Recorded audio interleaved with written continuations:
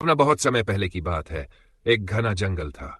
वहां एक विशाल पीपल का पेड़ था, जिसकी ऊंची डालियों पर एक कबूतर और कबूतरी का जोड़ा रहता था। वे दोनों बहुत मेहनती और समझदार थे। हर दिन सुबह होते ही वे अपने घोंसले से उड़कर भोजन की तलाश में निकल जाते और शाम को लौटकर आपस में दिन भर की बातें करते।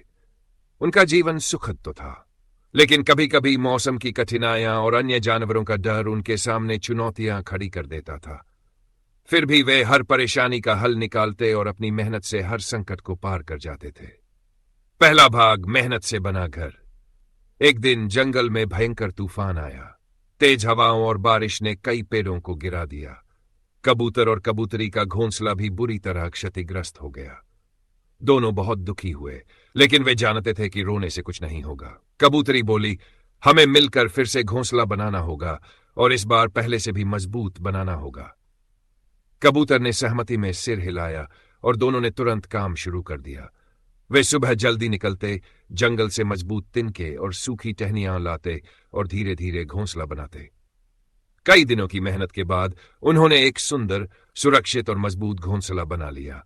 अब वे पहले से भी ज्यादा सुरक्षित महसूस कर रहे थे। दूसरा भाग, भोजन की कठिनाई और चतुराई। सर्दी का मौसम करीब आ रहा था। जंगल में भोजन की कमी होने लगी थी।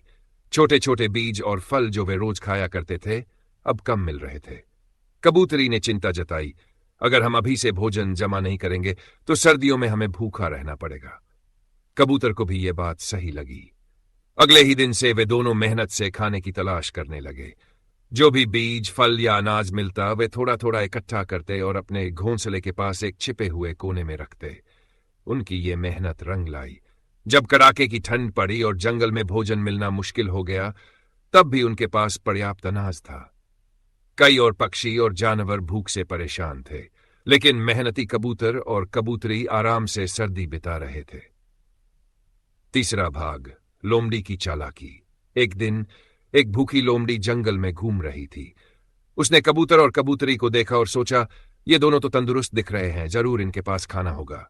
अगर मैं इनको बेवकूफ बना दूं तो मुझे भी खाना मिल सकता है। लोमड़ी कबूतर के पास आई और मीठी आवाज में बोली, कबूतर भैया, आप तो बहुत समझदार और अच्छे हैं। मैं कई दिनों से भूखी हूं, क्या आप मेरी मदद करेंगे? कबूतर और कबूतरी दयालु थे, लेकिन वे मूर्ख नहीं थे। उन्होंने सोचा, अगर हम अपना सारा खाना बांट देंगे तो खुद भूखे रह जाएंगे। हमें समझदारी से काम लेना होगा। कबूतरी ने मुस्कुराते हुए कहा, बहन लोमड़ी, हम तुम्हारी मदद जरूर करेंगे, लेकिन पहले हमें यह बताओ कि तुमने खुद मेहनत क्यों नहीं की। लोमड़ी को इस सवाल का कोई जवाब नहीं सूझा।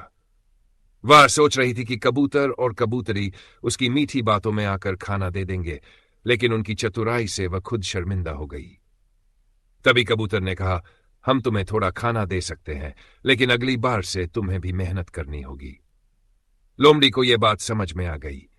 उसने मन ही मन तय किया कि वह भी मेहनती बनेगी और अगले साल के लिए खुद भोजन इकट्ठा करेगी। मेहनत का फल सर्दी खत्म होते ही जंगल फिर से हरा भरा हो गया। कबूतर और कबूतरी की मेहनत रंग लाई थी। उनके पास सुरक्षित घर था, पर्याप्त भोजन था और वे स्वस्थ थे। उन्होंने एक महत्वपूर्ण सबक सीखा, जो मेहनत करता है वही सुखी रहता है। अब वे और भी ज्यादा मेहनत करने लगे।